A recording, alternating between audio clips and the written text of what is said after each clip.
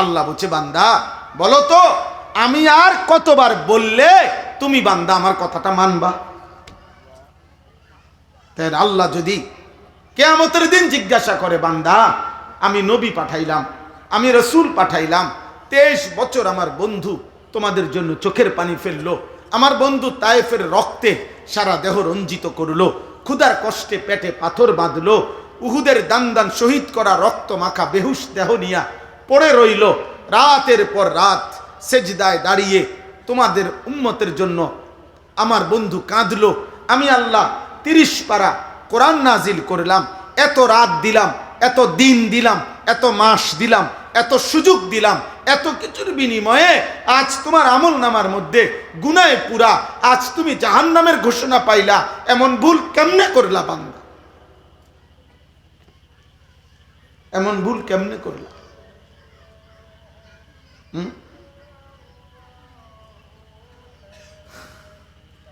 আমি একবার এয়ারপোর্টে আরো আগে দিল্লি গেছিলাম, ইন্ডিয়া, তখন আমি চিনি না, তখন আমি যিনি আমাকে রিসিভ করবে উনি এয়ারপোর্টের অনেক বাহিরে থাকবে, তো আমি জিজ্ঞাসা করছি যে আমি চিনমুনি বাইরিয়া বিমান থেকে নাইমা, তখন উনি বলছে যে বিমান থেকে নাইমা আপনি যখন হাঁটা শুরু করবেন তখন এটা একটু পর পর এইভাবেই সিগন্যাল দেওয়া আছে, লেখা আছে, এরো চিহ্ন দেওয়া আছে, সব আছে, যে আপনি ইচ্ছা করলেও ভুল করতেন, চাইলে ভুল করতে পারতেন না, মানে এটা অটোমেটিকলি আপনারে আমার কাছে নিয়ে আইব, অন্যদিকে যাইতে না পারতেন না, আপনি সিস্টেমে নাই। কথাটা বোঝেন নাই আপনি? তো আল্লাহ পাক রব্বুল আলামিন বলতেছে, বান্দা আমি এতটাই স্পষ্ট বলেছি, এতটা পরিষ্কার কোরআন নাজিল করলাম, আমার রসুলকে দিয়ে বলাইলাম, কোন হিসাবে কি কারণে ভুল করলাম, পথ হারাইলা কেন? পথ হারাইবার তো কথা না বান্দা, এত বড় কোরআন পেয়ে পথ হারাইবা কেন? এত বড় শ্রেষ্ঠতম রসুল পেয়ে পথ হারাইলা কেন? এই জন্য আজকে এতটুকুই কথা, আমার এই কথা মনে রাখবেন। 4টা কথা আমি বলি, শেষ কথা, আল্লাহ যার রব, নবী মুহাম্মদ সাল্লাল্লাহু আলাইহি ওয়াসাল্লাম যার রসুল, কোরআন যার কিতাব, ইসলাম যার ধর্ম, খোদার কসম সে পথ হারাইবার কথা না। এমন 4টি নিয়ামত যার কাছে আছে, যাকে এই 4টি নিয়ামত আল্লাহ যাকে দিছে, হায় হায় সে পথ হারাবে কেন? সে পথ হারাবে কেন? কিসের অভাবে জাহান্নামী হলাম? কিসের অভাবে আল্লাহ চিনলাম না? কিসের অভাবে সেজদা করলাম? কিসের অভাবে? এই পৃথিবীর এত মানুষের চাক্ষুষ নমুনা, এতবার আমরা দেখলাম যে জালেম, পাপী, অবাধ্য, নাফরমান পৃথিবীতে ঘৃণিত। আরে যুবক ছেলেরা, তোদেরকে বলি রে আব্বা, তোদের চোখের সামনে কি একটাবার দেখো নাই? কতবার দেখছো যে মদখোর, নেশাখোর, গাঁজাখোর, চরিত্রহীন, নারী লুবি, জিনা ব্যভিচার করে, অসৎ জায়গায় আড্ডা দেয়, অশ্লীলতা বেহায়াপনা করে। এই মানুষ প্রত্যেক যুগে, প্রত্যেক সমাজে ঘৃণিত হয়, ধিক্কৃত হয়, লাঞ্ছিত হয়, অপমানিত হয়। এত কিছু দেখার পরেও তোর বিবেকের মধ্যে একটাবারও মনে পড়লো না যে তুমি এরপরও নারী দেখো, উলঙ্গ ছবি দেখো, অশ্লীল দৃশ্য দেখো, এক ওয়াক্ত নামাজের সেজদা দাও না, শুধু দুনিয়া ভোগ করা, এটাই জীবনের মাকসাদ। খাইলাম, ঘুমাইলাম, পেশাব করলাম, পায়খানা করলাম, লজ্জাস্থানের চাহিদা পূরণ করলাম, এতটুকুই জীবন? বলো ভাই, যারা দাঁড়িয়ে আছো তোমরাও শোনো, তোমরাও শোনো, একটা একটা ছেলে শোনো, বলো আব্বা, জীবন মানে এতটুকুই? খাইলাম, ঘুমাইলাম, নারী দেখলাম, ছবি দেখলাম, লজ্জাস্থানের চাহিদা পূরণ করলাম। আল্লাহ কোথায়? রসুল কোথায়? সেজদা কোথায়? সুন্নাত কোথায়? দিন কোথায়? শরীয়ত কোথায়? হালাল হারাম কোথায়? মাকেও দেখো, বোনকেও দেখো, আবার মোবাইলের নর্তকীও দেখো, উলঙ্গ ছবিও দেখো, নিজের স্ত্রীকেও দেখো, আবার মোবাইলের নর্তকীও দেখো। ছি ছি ছি! হালাল হারামের কোনো পার্থক্য থাকবে না মোমেনের?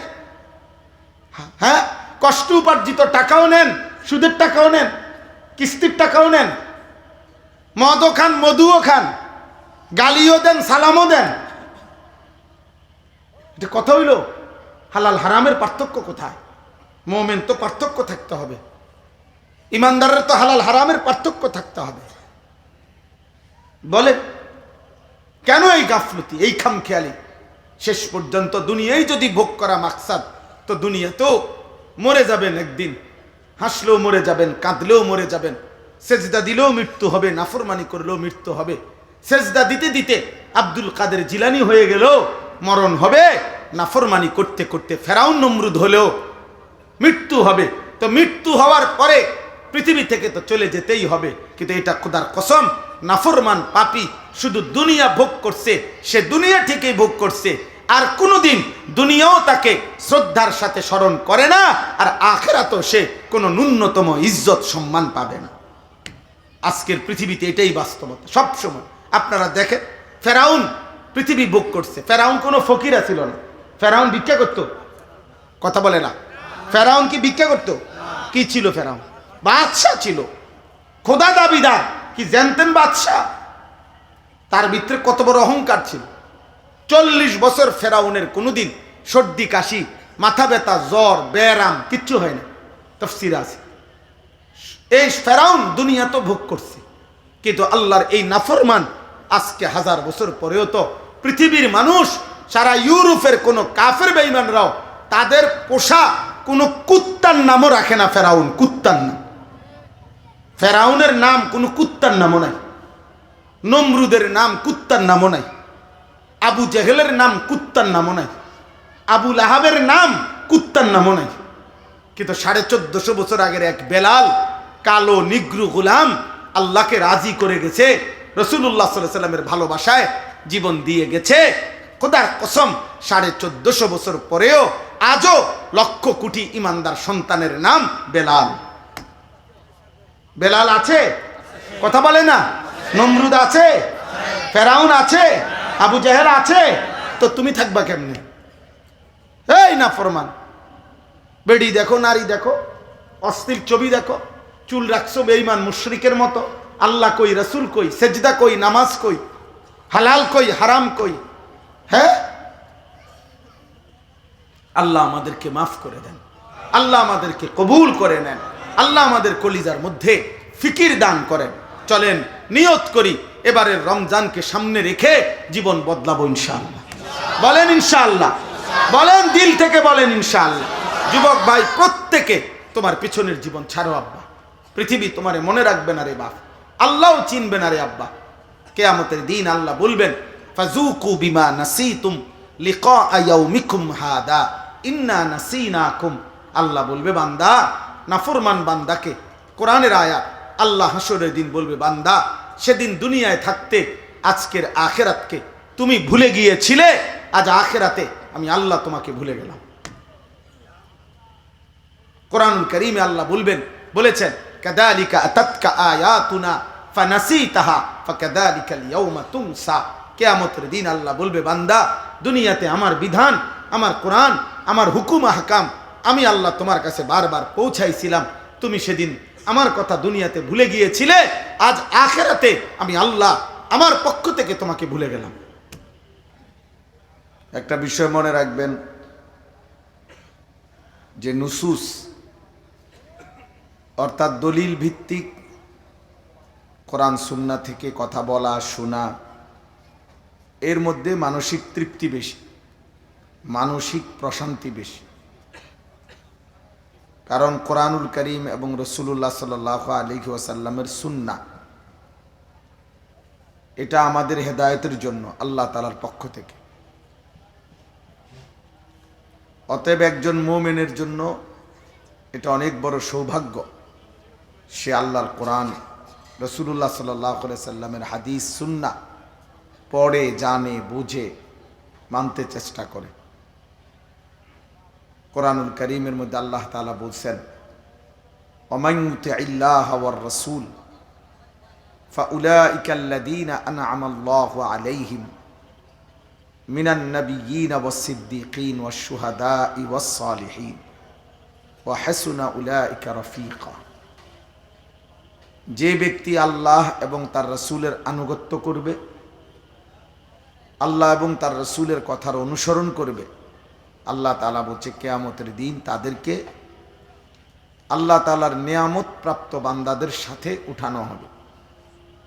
সেই নিয়ামত প্রাপ্ত বান্দা কারা? সমস্ত নবীগণ, 2 নম্বরে সমস্ত সিদ্দিকগণ, হযরতে আবু বকর সিদ্দিকের মতো মাকাম যাদের, সমস্ত শহীদগণ এবং সমস্ত আল্লাহর প্রিয় বান্দা আউলিয়াগণ, সালিহীনগণ, এদের সাথে যুগে যুগে যারাই আল্লাহ এবং তার রাসূলের আনুগত্য করবে তাদেরকেও এই মানুষদের সাথেই হাসরের ময়দানে উঠানো হবে। ওয়া হাসুনা উলাইকা রাফিকা। আর আল্লাহ তাআলা বলেন, ভাবতো বান্দা কিয়ামতের দিন তারা বন্ধু হিসাবে কতই না উত্তম হবে। যখন কেউ তার ডানে বামে দেখবে নবীগণকে, সিদ্দিকদেরকে, শহীদদেরকে, আউলিয়া বুজুর্গ আল্লাহর প্রিয় বান্দাদেরকে। ভাইয়া এখানে বসে বসে মোবাইল টিপবেন না কেউ, দয়া করে। কারো যদি মোবাইলের কোনো কাজ থাকে চলে গেলে ভালো হয়, উঠে গেলে ভালো, নাই তো আমি উঠাইয়া দেব। এই প্যান্ডেল, সামিয়ানা, মাইক আপনি বসে বসে মোবাইল টিপার জন্য বানানো হয় না। যার মোবাইল টিপা দরকার আপনি দয়া করে অন্য জায়গায় যান, খামখেয়ালি করবেন না কেউ, সাবধান। ধৈর্য না কুলাইলে চলে গেলে ভালো। আল্লাহর কথা দিল দিয়া না শুনলে, মনোযোগ দিয়া না শুনলে বরকত হয় না, ফায়দা হয় না। এই এমনি শুনাই হয়, ওই বইয়ে বইয়ে জিমাইবেন, ওয়াজও শুনবেন, এই শেষ পর্যন্ত ফলাফল দেখবেন জুরানি, নতিজা আরজালের তাবে হয়। আরবি ভাষায় বলে ফলাফল নিকৃষ্টতার অনুগামী হয়। অর্থাৎ মনে করেন একটা পানির ট্যাঙ্কিতে 500 লিটার পানি, তো এটার মধ্যে যদি 499 লিটার পবিত্র পানি রাখা হয়, মোটর দিয়ে উঠাইলো, আর 1 লিটার যদি পেশাব দেওয়া হয়, তো পুরা পানিটা কি পাক না না পাক? এই ফলাফল হচ্ছে কিসের আলোকে? নিকৃষ্টর আলোকে, নিকৃষ্টতার আলোকে। এরকম যেই কোনো কিছুতে, এটার আরবিতে বলে নতিজা আর জালের তাবে হয়, অর্থাৎ ফলাফল নিকৃষ্টতার আলোকে হয়।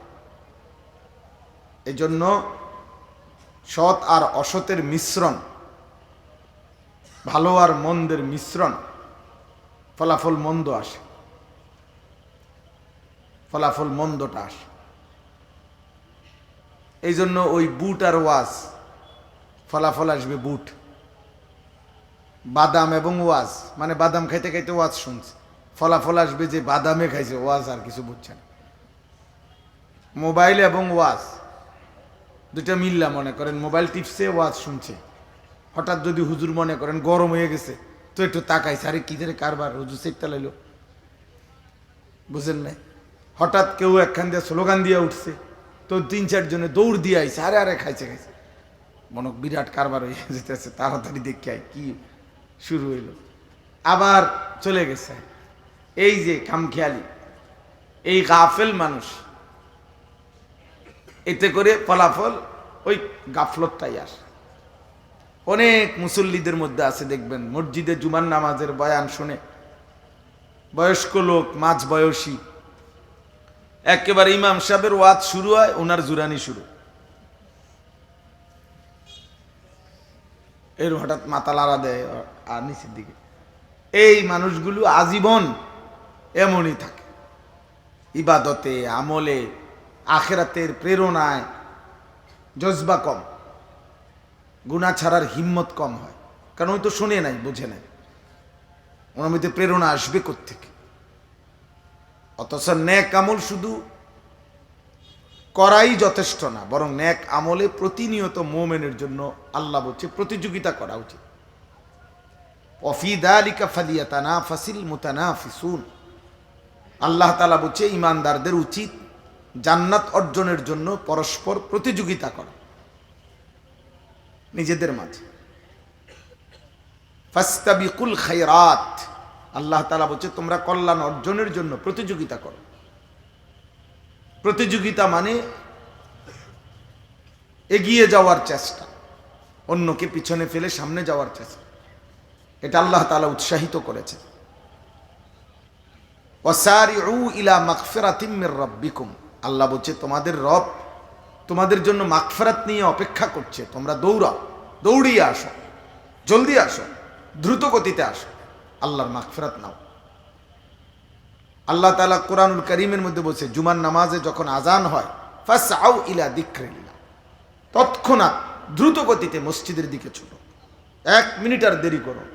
ওয়াজারুল বাই'a, যাবতীয় ব্যবসা বেচা কেনা উপার্জন আয় রোজগারের সব কাজ বন্ধ করে দাও, জলদি ছোট মসজিদে। ফাসআউ, এই তার মানে এগিয়ে যাওয়া, আগে বাড়া। উলাইকা ইউসারিউনা ফিল খায়রাত ওয়া হুম লাহা সাবিকুন। আল্লাহ বলেন, আমার প্রিয় বান্দারা খায়রাত কল্যাণ অর্জনের জন্য ইউসারিউনা, দ্রুত গতিতে মেহনত করছে, এমনকি তারা জান্নাতের কাছে পৌঁছেই গেছে। এইরকম উৎসাহ দিচ্ছেন আল্লাহ। নবীজি সাল্লাল্লাহু আলাইহি ওয়াসাল্লাম বলছেন, বাদিরু বিল আমাল, তোমরা নেক আমলগুলো দ্রুত করো। ফিতানান, তোমাদের উপরে বড় থেকে বড় ফিতনা মুসিবত পেরেশানি আসবার আগে আগে তোমাদের উপরে ফিতনা আসবে, মুসিবত আসবে, পেরেশানি আসবে, ঝামেলা আসবে, ইমানের পরীক্ষা হবে, বিভিন্ন রকমের পেরেশানি আসবে। এর আগে আগেই যখন যেটুকু সুস্থ আছো, সুযোগ আছে, জলদি জলদি আমল করো। যখনই অবসর, দ্রুত আমল করো। আবার যদি সুযোগ না পাও, আল্লাহ নবী সাল্লাল্লাহু আলাইহি ওয়াসাল্লাম বলছেন, বৃদ্ধকাল আসার আগে আগেই যৌবনকালকে কদর করো আমলের মাধ্যমে। দারিদ্রতা আসার আগে আগে সচ্ছলতা, এখন টাকা পয়সা আছে, এখনই বেশি বেশি আখিরাতের নেকি কামাও, সাদাকা করো, যাকাত দাও, হজ করো, উমরা করো, আল্লাহর পথে খরচ করো। এখন আছে, আবার অভাব চলে আসবে। সিহাতাকা কাবলা সাকমিক, অসুস্থতা আসার আগে আগে সুস্থতার সময়টাকে জলদি জলদি গনিমত করো, আখিরাতের পুঁজি বাড়াও। ফারাগাকা কাবলা শুগলি, ব্যস্ততা আসার আগে আগে অবসর সময়টাকে কদর করো, মানে আমল বাড়াও।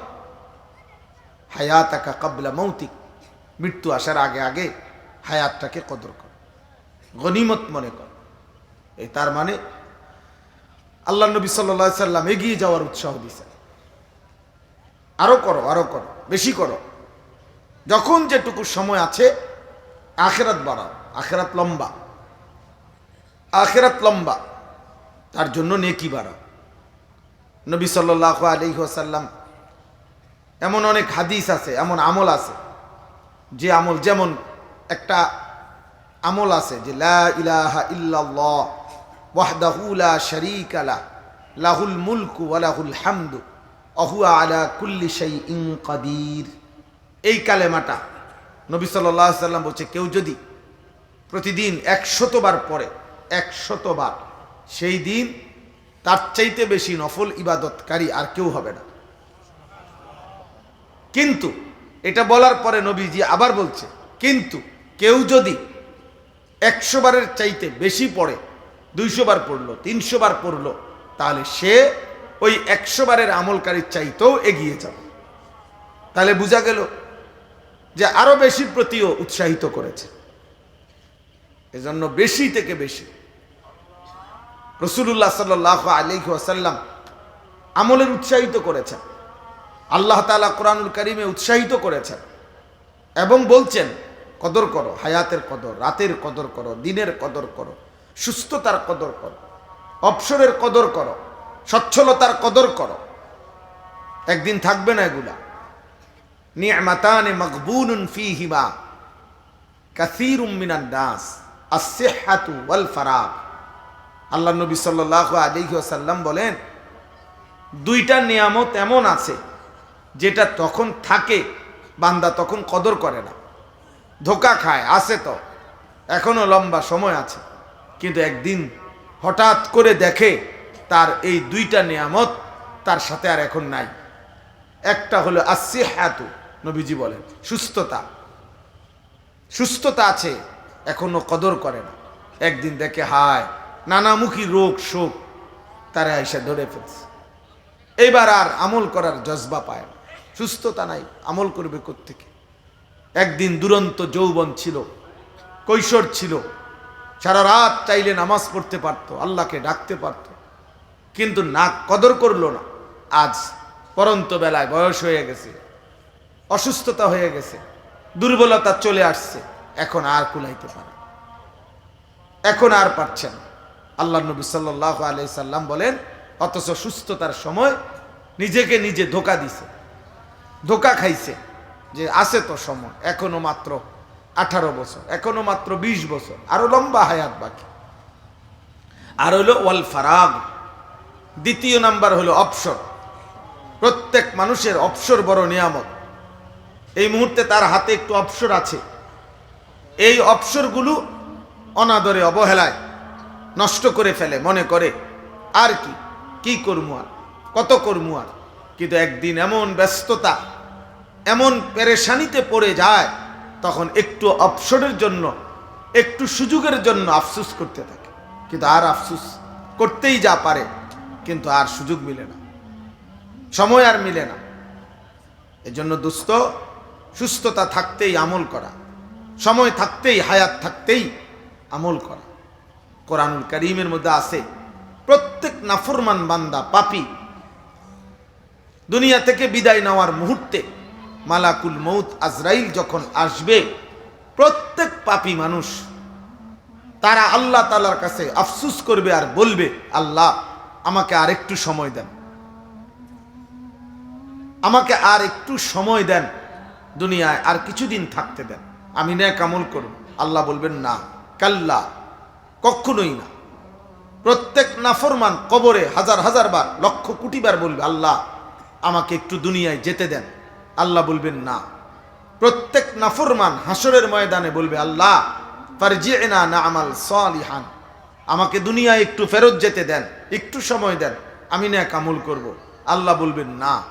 প্রত্যেক নাফরমান জাহান্নামের আযাবের মধ্যে কোটি কোটি বার বলবে, আল্লাহ রব্বানা আখরিজনা, আমার জাহান্নামের আগুন থেকে একটু বের করে দেন, দুনিয়ায় যেতে দেন, আমাকে একটু সময় দেন, আমি নেক আমল করব। আল্লাহ বলবেন, না, না।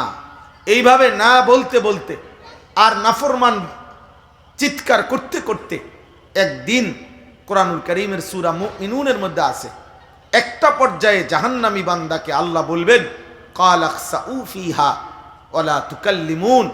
এই নাফরমান মৃত্যুর দিন থেকেই তো বলতেছিল, আরেকটু সুযোগ দেন, আরেকটু সুযোগ দেন, আরেকটু সুযোগ দেন।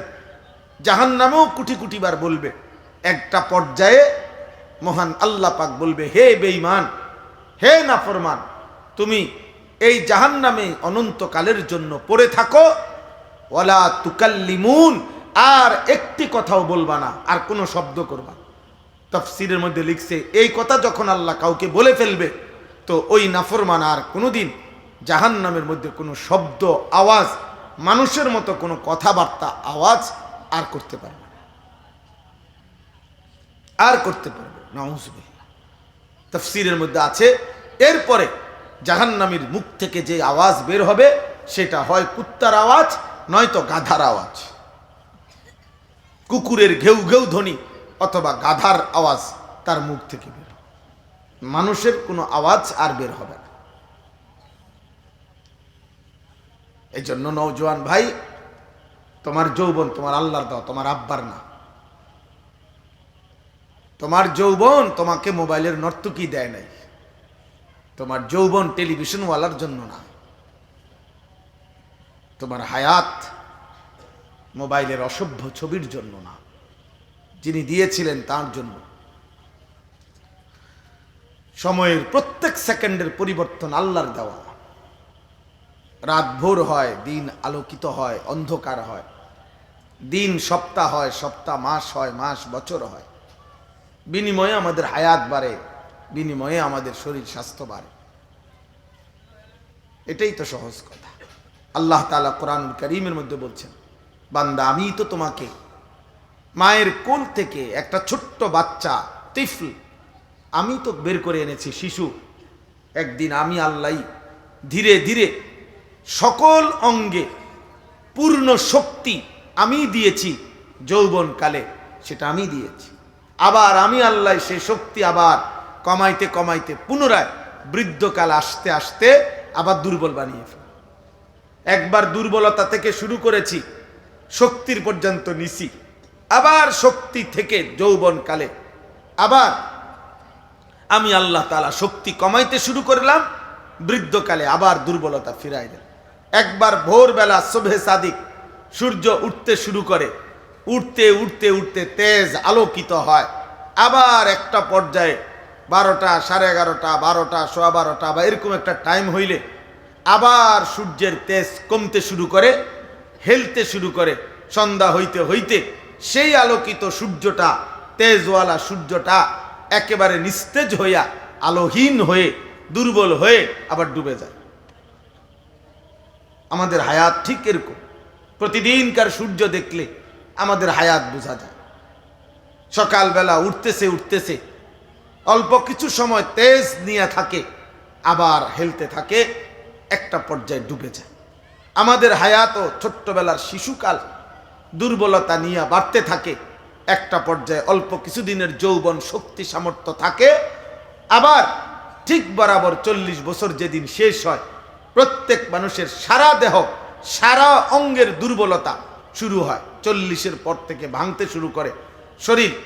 এরপরে ধীরে ধীরে একদিন হয় কবরে, নয়তো নিস্তেজ দুর্বল হয়ে বৃদ্ধ অসহায় হয়ে পড়ে থাকে। কোরআন কারীম আল্লাহ তাআলা বলেন, অমিনকুম মান ইউরাদ্দু ইলা আরদালিল উমর লিকাই লা ইয়ালামা মিন বাদি ইলমিন শাইআ। আল্লাহ বলেন, আমি কাউকে কাউকে এতটা বৃদ্ধ বানিয়ে ফেলি যে মানুষটা গত 60 বছর, 70 বছর, 80 বছর পৃথিবীর কত কিছু জানতো, বুঝতো, শিখতো, বলতো, পড়তো, লিখতো, শিখাইতো, সেই মানুষটা একটা পর্যায়ে আইসা এমন দুর্বল, এমন বৃদ্ধ, এমন অসহায় হয়ে যায় যে এখন আর সে কিছুই বোঝে না, কিছুই বলতে পারে, কিছুই বলতে পারে। আমার মা অসুস্থ, এখন প্রায় 75-80 বছর বয়স। যেটাই জিজ্ঞাসা করি মা কয় হুঁ, কিছুই বলে না, বুঝে না। অর্থাৎ আমি তো মাকে দেখছি যে মা পুরাটা সংসার চালাইছে। মা, আমরা 5 ভাই 3 বোন, 8 জন ভাই বোনের জন্য দিবানিশি কষ্ট করছে। আমরা 5 ভাই মাদ্রাসায় পড়েছি, বাবার অল্প বেতনের চাকরি, মা এই জোড়াতালি দিয়া কষ্ট করে আমরা 5 ভাইয়ের পড়ালেখার যাবতীয় খরচ সংসার টানা হেসরা করে চালাইয়া। আমার আব্বা প্রাইমারি স্কুলে মাস্টারি করতেন, একটা মসজিদে ইমামতি করতেন, 43 বছর আব্বা এক মসজিদে ইমামতি করেছেন। শেষ বেতন ছিল আব্বার 2800 টাকা। 43 বছর পরের বেতন ছিল 2800। তাইলে কতটা কষ্ট করে চলছেন। প্রাইমারি স্কুলের মাস্টারি তখনকার বেতন তো সামান্য ছিল। তো এইটুকু টাকা দিয়ে মিলাইয়া কষ্ট করে মা বলছে জীবনে কোনোদিন আমি তখনকার দিনের কাপড় 110 টাকা 130 টাকা দামের কাপড়, মায় বলতো ভূত আমি কোনোদিনও দামি কোনো কাপড় পরি নাই। সারা জীবন ঈদ চাঁদ একই রকম পরতাম, 1-2টা কাপড় 2-3টা দিয়ে চলছি। তাইলে এই কষ্টে করে সব কিছু বুদ্ধিমত্তা খাটাইয়া যে মা সংসার আগলাইয়া নিছে, তো উনি এখন যেটাই বলে কয় হুঁ, আমি মানে কিছুই বুঝে না। আল্লাহ তাআলা বলছেন এভাবেই আমি একদিন হয় কবরে পৌঁছাই দেয়। আমার আব্বা ইন্তেকাল করছেন সেই 2015 সালে। একদিন কি হয়ে যায়, দুর্বল হয়ে যায়। এই জন্য বাপ, এক মানুষেরকে আল্লাহ তাআলা পৃথিবীতে হায়াতে সবচেয়ে বড় যে নিয়ামত দুনিয়াবি দিছেন সেটা হলো সময়। হায়াত মানে এই সময়, হায়াত মানেই সময়, সময় মানেই আমার হায়াত, আমার সময় মানে আমার হায়াত, আমার হায়াত মানেই আমার সময়। এই জন্য বুড়া মানুষ বলে না আর বেশি দিন সময় নাই, মানে আর বেশি দিন হায়াত নাই। আমগো আর সেই সময় নাই, ফুত নাতি এখন তোমরার জীবন, আমগো আর সেই সময় নাই, মানে আমগো আর ওই হায়াত নাই। হায়াতেই সময়, সময়ই হায়াত। অ্যাক্সিডেন্ট করছে মারাত্মক, মুমূর্ষ, এবার ওই ব্যক্তি বলে দোয়া করেন আমার আর সময় বেশি নেই, মানে আমার আর হায়াত নাই। তাহলে মানুষ হায়াতকেই সময় বুঝায়, সময় দিয়েই কি বুঝায়, হায়াত বুঝায়। বুঝেন নাই? প্রচলন এমন না। হ্যাঁ, অতএব কোনো মানুষের জীবনের এটাই তো পুঁজি, সময়। এক বুজুর্গ বলছিলেন, এক বড় বুজুর্গ বলছিলেন যে আমি বাজারে গেলাম, বাজারের সব দোকানদাররা, ব্যবসায়ীরা দেখলাম মাল বেচা কিনা করতেছে, যার যে বিক্রেতা ক্রেতা দামাদামি করতেছে, কথাবার্তা বলতেছে, মুলামুলি করতেছে। কিন্তু তিনি বলেন আমি একজন বিক্রেতার কাছে গিয়ে অবাক হয়ে গেলাম। সেই বিক্রেতা হলো বরফ বিক্রেতা। তাফসীরের মধ্যে আছে বরফের চাকা আগের দিনে বাজারের মধ্যে বিক্রি হইতো, বরফের বড় বড় চাকা আর কি। তো এই বরফ বিক্রেতা তিনি বলেন আমি বরফ বিক্রেতার সামনে গিয়ে দেখি এই পুরা বাজারের মধ্যে যত বিক্রেতা আছে ব্যবসায়ী, তার মধ্যে বরফ বিক্রেতা শুধু চিল্লাইতে আছে, শুধু কাস্টমার ডাকতেছে, চিল্লাইতেছে, একটা মিনিট তার দুম ফালাইতেছে না, আর শুধু চিল্লাইয়া বলতেছে হে মানুষরা, তোমরা ওই ব্যক্তির উপরে রহম করো যার পুঁজি প্রতি সেকেন্ডেই গলে গলে যাইতেছে, জলদি করো জলদি করো, তোমরা যারা যারা নেওয়ার দ্রুত নাও, নয়তো আমার পুঁজি গলে যাচ্ছে, তোমরা কিনলেও আমার পুঁজি গলে যাবে, তোমরা না কিনলেও আমার পুঁজি গলে যাবে, কারণ আমার এটা বরফের চাকা, এটা ধরে রাখার সিস্টেম নাই, ফেলে রাখার সিস্টেম নাই, কাজে যাদের দরকার জলদি জলদি নিয়ে যাও, আমার পুঁজি গলে যাচ্ছে। তো তিনি বলেন ওই বুজুর্গ চোখের পানি ফেলে দিছে আর বলছে হায়, এই বরফ বিক্রেতার বরফের চাকা দেখে আমি বুঝলাম আমার হায়াতটাও তো ঠিক এরকম, আমি কাজে লাগাইলেও আমার হায়াতের মিনিট চলে যাচ্ছে, কাজে না লাগাইলেও তো আমার হায়াত চলে যাচ্ছে। আমিও তো এমন এক ব্যক্তি যে যার পুঁজি আমার হায়াত, আমি কাজে লাগাইলেও শেষ হবে, কাজে না লাগাইলেও শেষ হবে। আমারে ঘুমে রাইখাই ঘড়ির ঘন্টা চলে গেছে 6 ঘন্টা, আমারে ঘুমে রাইখাই ঘড়ির ঘন্টা চলে গেছে 6 ঘন্টা, আমারে মোবাইলের মধ্যে ব্যস্ত রাইখাই ঘড়ির ঘন্টা চলে গেছে 3 ঘন্টা 2 ঘন্টা। আমার হায়াত প্রতি ঘন্টা কার হায়াত বলেন না? আমার হায়াত। প্রতি মিনিট কার হায়াত? আমার হায়াত। আমার হায়াত, আমার মৃত্যুর পরে, আমি চলে যাওয়ার পরে পৃথিবী আরো কিছু হইতে পারে, তা আমার কি? বাকি মানুষ সব চাঁদের দেশে ঘরবাড়ি করলেই কি, আমি তো মরে গেলাম। আমার জিফুত সন্তানাদি নাতি নাতনি যদি এরপরে মঙ্গল গ্রহ গিয়া বাসাবাড়ি করে, তো আমার কি এখানে? আমি তো মরে গেছি, আমি তো মরে গেছি। এই জন্য আমি বলছি, মনে করেন 12 তারিখ নির্বাচনের দিনও তো ভোর থেকে সন্ধ্যা পর্যন্ত অনেক লোকের মৃত্যু হবে, অনেক লোকের। তো যেই নির্বাচিত হয় হবে, কিন্তু আপনি তো কবরে চলে গেছেন। এবার আপনি নির্বাচিত ব্যক্তির জন্য থেকে সুযোগ সুবিধা ভোগ করবেন কেমনে? আপনারা মরে গেলেন, আপনারও তো উনি তো আপনারও আশ্বাস দিছিল এই দিব সেই দিব, আপনি নেন না, উনি তো নির্বাচিত হয়েছে। অতএব আমরা যারা মুমিন, আমরা যারা মুসলমান, আমাদের জন্য মূল বিষয় হলো আখিরাত। আমাদের প্রতিদিন আখিরাত, আমাদের মূল প্রস্তুতি আখিরাত। দুনিয়া এরপরে থাকবে না না থাকবে, মানুষ সুখে থাকবে না কাঁদবে, বংশধর কিভাবে দুনিয়া চলবে এটা বড় বিষয় না, আখিরাত কেমনে চলবে, আখিরাত কেমনে চলবে। আল্লাহ তাআলা আমাদের আখিরাতের জন্য নবী পাঠাইছেন, আল্লাহ তাআলা আমাদের আখিরাতের জন্য রাসূল পাঠিয়েছেন, আল্লাহ তাআলা আমাদের আখিরাতের জন্য কোরআন পাঠিয়েছেন, আল্লাহ তাআলা আমাদের আখিরাতের জন্য বিভিন্নভাবে আমাদেরকে সুযোগ দিয়েছেন। একবার বলছেন বান্দা সবে বরাত দিলাম নেকি কামাও আখিরাতের জন্য, আরেকবার বলছে সবে কদর দিলাম নেকি কামাও আখিরাতের জন্য, আরেকবার বলছে জুমার রাত দিলাম নেকি কামাও আখিরাতের জন্য, আরেকবার বলছে নামাজের ওয়াক্ত দিলাম সেজদা দাও আখিরাতের জন্য, আরেকবার বলছে রমজান মাস দিলাম একই রাত একই সূর্য, গত 11 মাসের সূর্য চন্দ্র রাত একরকম, রমজানও একই রাত একই দিন একই ঘন্টা মিনিট, কিন্তু আল্লাহ তাআলা বলেন আখিরাতের আলোকে প্রতি সেকেন্ডকে দাম বাড়ায় দিলাম অনেক বেশি অনেক বেশি অনেক বেশি।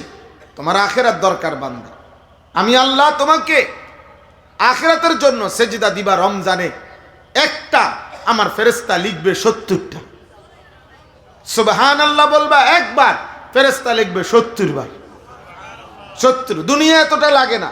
আপনারা যদি আল্লাহ বলতো দুনিয়াতে তোমরা যারা এতদিন 1 প্লেট ভাত খাইতা, রমজানে ভাত দিমু তোম করে 70 প্লেট, সবডি খাইবা, আপনি খাইবেন কেমনে? এতটি ভাত খাইবেন কেমনে? 70 প্লেট ভাত একবারে বসে খাবেন কিভাবে? এই জন্য দুনিয়ার জন্য না, দুনিয়ার জন্য না। আল্লাহ বলছে বান্দা আখিরাতের জন্য। তোমার আখিরাত অনেক লম্বা, আমি জানি বান্দা। এজন্য আমি বহুভাবে চাচ্ছি।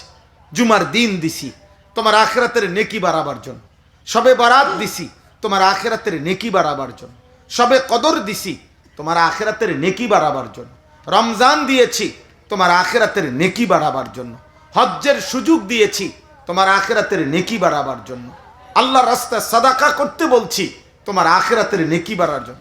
দুনিয়ার ভাতের পরিমাণ বাড়াইবার লাগবে না, বিল্ডিং এর পরিমাণ না। এটুকু দুনিয়া আমি আল্লাহ বরাদ্দ করে লিখে কাগজ কলম সই স্বাক্ষর করে সিল টিল মাইরে দিছি। কাজেই দুনিয়া ঠিক যেটুক আসবে, মাটির তলে আর চাঁদের দেশে যেখানেই থাকো তাই আসবে। রব্বুল আলামিন লিখে দিয়েছে, যা লিখে দিয়েছে। যা এক অফিসে চাকরি করেও, এক দেশে থাইকাও, এক স্ট্যান্ডে সিএনজি চালাইয়াও উপার্জন সমান হয় না। বুঝা গেল মানুষের ব্যক্তিগত একক চেষ্টায়, দুনিয়াবি কারো সিদ্ধান্তে মানুষের উপার্জনের পরিমাণ নির্ধারণ হয় না। নাই তো এই স্ট্যান্ডে 30 জন সিএনজি ড্রাইভার সিএনজি চালায়, কিন্তু দিন শেষে ইনকাম সমান হয় না কেন? একই বাজারের চা দোকানদার, কিন্তু বেচা কিনা সমান হয় না কেন? কেন বাপ বলেন? আমার পরিচিত আমাদের এলাকার 2 জন লোক 16 বছর বিদেশ করছে। একই গ্রামের একই বাড়ির পোলা, এক কোম্পানিতে চাকরি করছে, এক রুমে থাকতো বিদেশে, কিন্তু 16 বছরের ভিতরে একজনের বাড়ি ঘর জায়গা জমি অনেক কিছু হয়েছে। আরেকজন 16 বছর পরে তার বন্ধুর প্যান্ট হাওলাত কইরা, শুধু কোনো রকম শরীরটা নিয়া আর প্যান্ট জামা আরেকজনের থেকে হাওলাত নিয়া তারপরে বাড়িতে আসছে। এমন হইল কেন? তাহলে মূলত ফয়সালা বিদেশে না, ফয়সালা আসমানে। ফয়সালা কোথায়? আসমানে ফয়সালা।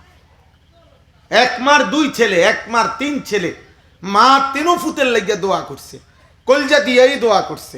3 ফুতে মনে করেন ভালো ফুত, 3 জনেই নামাজি, কিন্তু ইনকাম সমান হয় না কেন? ব্যবধান কেন? একজন কোটিপতি সন্তান, আরেকজন দিয়ে একেবারে দিন মজুর। মারফুতে তো এবড়াও তো একই মারফুত। তাহলে বোঝা গেল এটা মার হাতে না, কার হাতে? আল্লাহর হাতে। আল্লাহর হাতে। এই ছোট্ট কথাটা যদি আপনারা আপনাদের সন্তানদেরকে বুঝাইতেন ভালো হতো। আপনাদেরকে দুনিয়া বুঝায় দিছে, আপনাদেরকে ইউরোপ বুঝায় দিছে, আপনাদেরকে বেঈমান বুঝায় দিছে, আল্লাহ দ্রোহীরা বুঝায় দিছে। আপনার সন্তানকে দিন শিখাবেন না। আপনার সন্তান মুসলমান হোক, কিন্তু কোরআন শিখাবেন না, আল্লাহর দিন শিখায়েন না। কারণ তাইলে অভাবে পড়ে যাবে, অভাবে পড়ে যাবে, ও খাইতে টাইতে কষ্ট পাইব। ভবিষ্যৎ অন্ধকার, ভবিষ্যৎ অন্ধকার। সমস্ত হুজুরদের বাড়িতে কোনো বিদ্যুৎও নাই, লাইটও নাই, ফ্যানও নাই, সুইচও নাই। কারণ এরা তো হুজুর, এই জন্য তারা আন্ধারের মধ্যে থাকে। আর সব জেনারেল পড়ুয়াদের বাড়ির মধ্যে সব লাইট জ্বলে। বুঝেন নাই কথাটা? অথচ এখনো আলহামদুলিল্লাহ কোনো ঝগড়া না, বরং বাস্তবতার নিরিখে পৃথিবীর যে কোনো বিবেকবান মানুষ যদি জরিপ করে ইনসাফের সাথে, তাহলে সুখ, শারীরিক শান্তি, মানসিক তৃপ্তি, স্ত্রী সন্তান নিয়ে ইজ্জত সম্মানের সাথে থাকা, এটা যদি বাংলাদেশের যে কোনো জেলায় এখনো কেউ পরীক্ষা করে, তো নিঃসন্দেহে আল্লাহকে মানে যারা, দিন শিখছে যারা, কোরআন সুন্নাহ মানে যারা, আল্লাহ খুদা মানে যারা, নবী রসুলের অনুসরণ করে যারা, আল্লাহর কালাম পড়ে যারা, সেজদা নামাজ পড়ে যারা, তারা বাকিদের চাইতে সমস্ত ফাসেক, সুদখোর, কিস্তিখোর, লোনখোর, এই মদখোর, নেশাখোর, দুনিয়া লুবি, বেহায়া বেপর্দাদের চাইতে আল্লাহর কসম 1 কোটি গুণ বেশি বাংলাদেশে, পৃথিবীতে, মাটিতে, জমিনেও এখনো ইমানদাররাই সুখে বেশি আছে। আপনি চ্যালেঞ্জ করেন, প্রয়োজনে চলেন, আমনের লগে কেমনে পরীক্ষা করলে আমনে বুঝবেন, আমি আমনের লগে সময় দিমু অথবা আমার লোক দিমু, আইয়েন আমি দেখাবো। 1000 কোটি টাকার মালিক আমি দেখছি, চোখের কান্না অঝরে বাচ্চার মতো কাঁদে, দোয়া চায়। হ্যাঁ, সংসার, বউ একদিকে, জি একদিকে, ফুত একদিকে, গপ মারেন 18 কোটি টাকা, 30 কোটি টাকা, আর সুখ আসেনি বেটা, হেটা না কবি বেটা, শান্তি না বলবা বেটা, টাকা দেখাও কিত্তা, বিল্ডিং নেই সুখ কয়, কলিজার ভিতরে না সুখ থাকে, না ইটের মধ্যে সুখ, সুখ বুঝি ইটের মধ্যে, বালুর মধ্যে, সুখ বুঝি সিমেন্ট, বিল্ডিং এটা বিরাট কিছু, বিল্ডিং এর মধ্যে ছাগল ফালে না তো, কথা বলেন না, আনা না, বিল্ডিং বিল্ডিং ইট বালু সিমেন্টের ঘর তৈরি, বিল্ডিং এ ছাগল ফালে কিনা, ফার্মের মুরগা ফালে কিনা, তো তো তাইলে এটা এত বিরাট কিছু হয়ে গেল। টাইলসের মধ্যে মানুষে ফেসাব করে না, তো তো টাইলস এটা একটা বিরাট কিছু, কথা বলেন। ইউরোপ আমেরিকার মধ্যে প্রাইভেট কার, 80 লাখ টাকা দামের প্রাইভেট কার দিয়া ছাগলের ঘাস টানে, হেলিকপ্টার দিয়ে ইউরোপে সার দেয়, খেতে সার দেয়, হেলিকপ্টার দিয়ে সার দেয়। আমার একজন ঘনিষ্ঠ লোক আছে, উনি অস্ট্রেলিয়া থাকে, ওনারে আমি জিজ্ঞাসি আপনি কি করেন অস্ট্রেলিয়া, কয় যে হুজুর আমি হেলিকপ্টার দিয়ে সার দেই, এইটা হের চাকরি। মানে কোম্পানির প্রজেক্ট, সবজির এত বড়, এত 1000 একর, যেগুলো এমনি সার দেওয়ার সিস্টেম নেই, হেলিকপ্টার দিয়ে সার দেয়। আমরা বাংলাদেশে, এই জন্য আমি বলছি হেলিকপ্টার দিয়ে সার দিব কোন বছর, এই 12 তারিখ নির্বাচনের পরে আপনাদের প্রত্যেকের বাড়িতে দেখবেন, যেই নির্বাচিত হয় একটা একটা হেলিকপ্টার দিয়ে যাবো, দেখে আর অটো আর সিএনজি লাগতো না, দেখে যেই উন্নয়নের সম্ভাবনা দেখা দিছে। আরে সুবহানাল্লাহ, গফের ঠেলায়, হ্যাঁ মানে গপ যে মারে, গপ বুঝেননি, মানে অর্থাৎ প্রতিশ্রুতি আর কি, গপ একবারে চাঁদের দেশ রে, দেশে নিয়ে এসে বলবো, এই দেশ চাঁদের দেশে নিয়ে যাইব, কথাটা আপনাদের এলাকার সমস্ত রাস্তা আপনাদের বাড়ির দিয়ে যাবো, বাড়ি সব রাস্তা নিয়ে ফুরমু। হ্যাঁ, আল্লাহ কোথায়, নামাজ কোথায়, হালাল হারাম কোথায়, পাক নাফাক কোথায়, সেজদা কোথায়, গোলামি কোথায়? এই লক্ষ লক্ষ কিশোর যুবক আল্লাহ চেনে না, নামাজ পড়ে না, দিন মানে না, সেজদা দেয় না। প্রতিদিন কোটি কোটি বাংলাদেশের মুসলিম কিশোর যুবক সারা দিন সারা রাত মোবাইলে উলঙ্গ ছবি দেখে, নর্তকী দেখে, জিনা ব্যভিচারের দৃশ্য দেখে, চুল রাখছে বেঈমানের মতো, মহিলা, মেয়ে, কন্যা, মুসলমান কন্যা, মুসলমান বোন রাস্তায় রাস্তায়, বাজারে, মার্কেটে নিজের শরীর, যৌবন, রূপ যৌবন প্রদর্শন করে বেড়াচ্ছে। এত নাফরমানির ভিতরে কারো হাত দিয়া সুখ আসবে না, আল্লাহর কসম, আল্লাহ তাআলার কাছ থেকে ছাড়া অন্য কারো কাছে সুখ, শান্তি, ভাগ্যের পরিবর্তন কোনো মানুষের কাছে নাই। অবস্থার পরিবর্তন হবে আল্লাহর হাতে। কার হাতে? আল্লাহর হাতে। সুখে থাকা আল্লাহর ফয়সালা, দুঃখে থাকা আল্লাহর ফয়সালা, সুস্থ থাকা আল্লাহর ফয়সালা, অসুস্থ থাকা আল্লাহর ফয়সালা, আল্লাহর ফয়সালা। কারো মুখে উচ্চারণ নাই, সবাই মিলে এই করে দিবে, এই করে দিবে, এইটা দিবে কইলে একজনে যদি অটো দিমু, আরেকজনে আইয়ে কবি সিনজি দিমু, কারণ 12 তারিখের আগে কইয়া না রাউন পরে গের আমার ফাইবানি, বুঝেন না কথাটা? এরপরে তার খুঁজাই ফাইতা না তুমি আমার, কি এর অটো আর কি এর সিএনজি, অন যা কইয়া যারে যে বুঝতে চায়, বুঝছেন না কথাটা? কেউ ডিম দিব কইলে আমি ডাইরেক্ট মুরগা দিমু তোর বেটা, চা কি ডিম একটা দিয়ে তোরে কি বেজ্জুতি করবো নাকি, ডাইরেক্ট মুরগি দিয়ে দিমু, সারাদিন ডিম ফেলবো তোমার ভাই, বলে দিতেছে, আর যেটা পারতেছে সেটা বলতেছে। আল্লাহ আমাদেরকে মাফ করে দেন। আমার ভাই, আমার বন্ধু, আমাদের প্রতিদিনকার একই কথা, আমাদের আখিরাত, আমাদের আল্লাহর সাথে সম্পর্ক, আমাদের মালিকের হাতেই আমাদের ফয়সালা। হাকিমুল উম্মত, মুজাদ্দিদুল মিল্লাত হযরত মাওলানা শাহ আশরাফ আলী থানভী রাহমাতুল্লাহি আলাইহি তিনি যখন দোয়া করতেন তিনি আল্লাহকে বলতেন, আল্লাহ কোন পৌঁছেগা হামে তেরে সওয়া, আয় মাওলা জগতে আর কে আছে মাওলা, আমাদের কেউই তো নাই, আপনি ছাড়া আমগো খবর নেবে কে, আপনি ছাড়া আমগো ভালো করবে কে, আপনি ছাড়া আমাদেরকে সুখ দেবে কে। নবীজি সাল্লাল্লাহু আলাইহি ওয়াসাল্লাম 5 ওয়াক্ত নামাজের পরে আল্লাহ নবী সাল্লাল্লাহু আলাইহি ওয়াসাল্লাম দোয়া করতেন। আব্বা নবী 5 ওয়াক্ত নামাজের পরে এই দোয়া করতেন, আল্লাহুম্মা লা মানিআ লিমা আ'তাইতা ওয়ালা মু'তিয়া লিমা মানা'তা ওয়ালা ইয়ানফা'ু যাল জাদ্দি মিনকাল জাদ। আয় আল্লাহ, আপনি দিলে বাধা দেবে কে, আপনি না দিলে দেবে কে, আপনাকে বাদ দিয়ে চেষ্টা করে কি লাভ হবে, দেবে তো আল্লাহ, সব চাওয়া পূরণ করবে তো কে, বলেন না সবাই কে, আল্লাহ। আল্লাহই তো সব চাওয়া পূরণ করবে। অতএব দোস্ত আমার, বন্ধু আমার, ভাই আমার, যার যা বুঝ, যে যেমনে বলতে পারছে বলুক, বাকি আমরা এই মুহূর্তে এই জন্য বলতেছি, আমাদের ছোট্ট বুঝ হইলো, আমাদের ছোট্ট কথা হইলো, এই মুহূর্তে সারা পৃথিবীর সমস্ত মুমিন ঈমানদার, আখিরাত যাদের দরকার, জাহান্নাম থেকে যাদের মুক্তি দরকার, যাদের জান্নাত দরকার, যাদের পরকাল দরকার, আল্লাহর সন্তুষ্টি দরকার, নবী সাল্লাল্লাহু আলাইহি সাল্লামের সুপারিশ দরকার, আল্লাহর প্রিয় বান্দাদের সঙ্গী হওয়া দরকার, খোদার কসম তাদের জন্য এই মুহূর্তে একটাই মূল আকাঙ্ক্ষা, একটাই মূল প্রস্তুতি, একটাই মূল আশা, একটাই আবেগ, একটাই ভালোবাসা এই মুহূর্তে, সেটা হলো মাহে রমজান। মাহে রমজান মুমিনের মূল চাওয়া এখন এটা, ইমানদারের মূল চাওয়া এটা, আল্লাহ কাছে চলে আসছি মাওলা, এই রমজান শোনা যায় মাওলা আর কয়টা দিন, আর কয়টা দিন, এমন কাছে আইনা, তীরে আইনা তরি ডুবাইয়া দিয়েন না, তীরে আইনা ডুবাইয়া দিয়েন না, আল্লাহ কবরে নিয়েন না, আর কয়টা দিন হায়াত দেন, রমজান পর্যন্ত পৌঁছাই দেন। এটাই দোয়া, এটাই চাওয়া উচিত, এটাই চাওয়া উচিত। কারণ আমাদের আখিরাত মূল প্রত্যাশা, দুনিয়া কোনোভাবে চললেই হলো।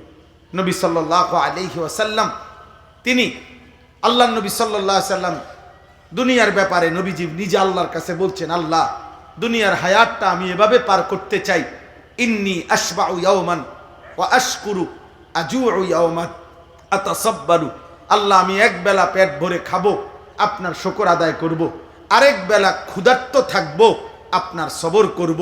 আল্লাহ এই শুকরে আর সবরে, কৃতজ্ঞতা আর ধৈর্যে আমি আমার হায়াত পার করে আপনার কাছে যাব।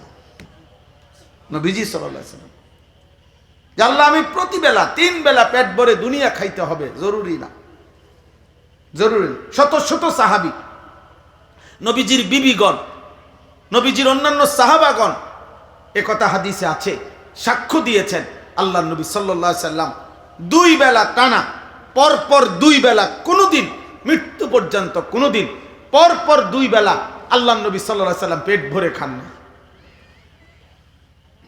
পেট ভরে খান না। নবী সাল্লাল্লাহু আলাইহি ওয়াসাল্লাম বলছেন যে আল্লাহ তাআলা আমাকে বলছে, বন্ধু আপনি চাইলে উহুদ পাহাড়টা সম্পূর্ণ স্বর্ণ বানিয়ে আমি আপনার পিছনে চালিয়ে দেব, অর্থাৎ চাক্কার মতো এটা আপনার লগে থাকবো, যখন যা সম্পদ দুনিয়া আপনার দরকার আপনি এখান থেকে নেবেন আর ব্যবহার করবেন আর দিবেন। আল্লাহ নবী সাল্লাল্লাহু আলাইহি সাল্লাম বলছেন, না মাওলা, আমি এমন দুনিয়া চাই না, আমি আখিরাত চাই, আমি আখিরাত চাই। আল্লাহুম্মা লা আইশা ইল্লা আইশাল আখিরাহ, আল্লাহ দুনিয়ার আয়েশ চাচ্ছি না, আমি আখিরাত চাই, আখিরাত।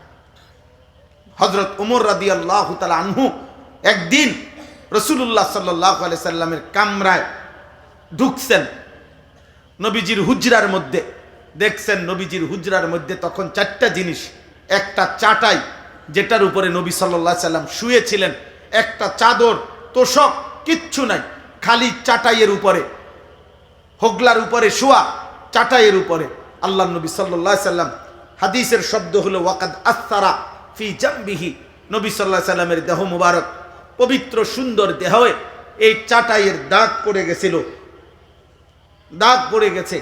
হযরত ওমর দেখছেন একটা বালিশ ছোট্ট খেজুরের ছাল দিয়ে বানানো নবীজির মাথায়, আর অল্প কয়টা ছাতু যেটা আপনার আটা জবের চাইতেও নিম্নমানের, হ্যাঁ, সামান্য কিছু পাউডারের মতো যেগুলা পানির মধ্যে গুলাইয়া খায়, এরকম ছাতু, আর একটা চামড়ার মানে মুসল্লা হিসাবে নামাজ পড়ার জন্য একটা চামড়া ঝুলানো, এই চারটাই জিনিস, একটা চাটাই, একটা খেজুরের ছাল ভর্তি ছোট্ট বালিশ, কিছু ছাতু পানি দিয়ে গুল্লা খাওয়ার জন্য, আর একটা চামড়া ঝুলানো যেটা দিয়ে নামাজ আদায় করবে। এই চারটি জিনিস ছাড়া সরদার দু আলম, যিনি সৈয়দুল কৌনাইন, যিনি সৈয়দুর রসুল, যিনি মুসাদ্দিকুর রসুল, যিনি নবীউল আম্বিয়া, যিনি নবী দো জাহাঁ, যিনি নবী দো শাহাঁ, যিনি নবী দো আলম, যিনি ফখরে মৌজুদাত, যিনি মাহবুবুর রহমান, যিনি রবের মাহবুব, যিনি হাবিবুর রহমান, যিনি আল্লাহ তাআলার হাবিব, যার জন্য মালিক গোটা কায়নাত সাজাইছেন, যার ভালোবাসা আল্লাহ তাআলা সবচেয়ে বেশি দান করেছেন, সেই নবী তার ঘরের এই সামান, এই চারটা হযরত ওমর রাদিয়াল্লাহু তাআলা দেখে কাঁদতেছিলেন। হযরত ওমর কাঁদতে কাঁদতে অজরে কাঁদতেছেন। আল্লাহর নবী সাল্লাল্লাহু আলাইহি ওয়াসাল্লাম বলছেন, ওমর তুমি কাঁদতেছো কেন? লিমা ইয়াবকিকা, কে তোমারে কাঁদাইলো, কেন কাঁদলো, কাঁদতেছো? হযরত ওমর বললেন, আপনি সাইয়্যিদুর রসুল, সফওয়াতুর রসুল, এই শব্দটা আছে হাদিসে, আপনি সমস্ত নবীদের খুলাসা, সারাংশ, সব নবীর যত গুণ, সমস্ত নবীর যত মুজিজা, সমস্ত নবীর যত সিফাত, আপনি রসুলের মাঝে একা সব গুণের সমাহার। আছে খুবা হামা দারন্দ তু তনহা দারি। আল্লামা ইকবাল বলছে, হে নবী, সোয়া লাখ নবীর যত মুজিজা, আপনি একা বন্ধু, সব মুজিজার সমষ্টি, আপনি একাই সব। সেই আপনি, আর আপনার ঘরের এই হালাত, একটা চাটাই দাগ পড়ে গেছে আপনার দেহে, একটা ছোট্ট বালিশ, কয়টা ছাতু পানি দিয়ে গুলে খাওয়ার জন্য, একটা চামড়ার ঝুলানো, এটুকুই। ওয়াল কিসরা ওয়াল কাইসার ইয়ালবাসুন আল হারির ওয়াদ দিবাজ, রোমের বাদশাহ, পারস্যের বাদশারা তারা রেশমি পোশাক পরে, রেশমি বিছানার মধ্যে শোয়ে, তারা দামি দামি পৃথিবী ভোগ করছে, আর আপনার এই হালাত। আপনি আল্লাহর বন্ধু। তখন আল্লাহর নবী সাল্লাল্লাহু আলাইহি ওয়াসাল্লাম মুচকি হাসি দিয়ে নবীজি একটা কথা বলছে, আমা তারদা আন তাকুনা লানাল আখিরা ওয়া লাহুমুদ দুনিয়া। এই নবীজি বলছে, ওমর বলো তো, তুমি কি এই কথার উপরে খুশি হবে না যে আমরা আখিরাত থেকে নেব আর ওরা দুনিয়া থেকে নেয়? হাদিসের শব্দ হলো, ওমর চোখের পানি মুছে সাথে সাথে বলছেন, ওয়াল্লাহি ইন্নী লা রাদিন ইয়া রাসূলুল্লাহ, আল্লাহর কসম নবী, তাহলে আমি এতেই রাজি। ঠিক আছে নবী, দুনিয়া ওদের বেঈমানকে ছেড়ে দিলাম, দুনিয়া ফাসিককে ছেড়ে দিলাম, দুনিয়া মিথ্যাবাদীদেরকে ছেড়ে দিলাম, দুনিয়া সুদখোরদেরকে ছেড়ে দিলাম, দুনিয়া ঘুষখোরদেরকে ছেড়ে দিলাম, দুনিয়া জুলুমবাজদেরকে ছেড়ে দিলাম, দুনিয়া নাফরমানদেরকে ছেড়ে দিলাম, আমরা আখিরাত থেকে নেব। মুমিন কোত্থেকে নেবে বলেন না? মুমিন কোত্থেকে নেবে বলেন? সবাই বলেন, মুমিন কোত্থেকে নেবে?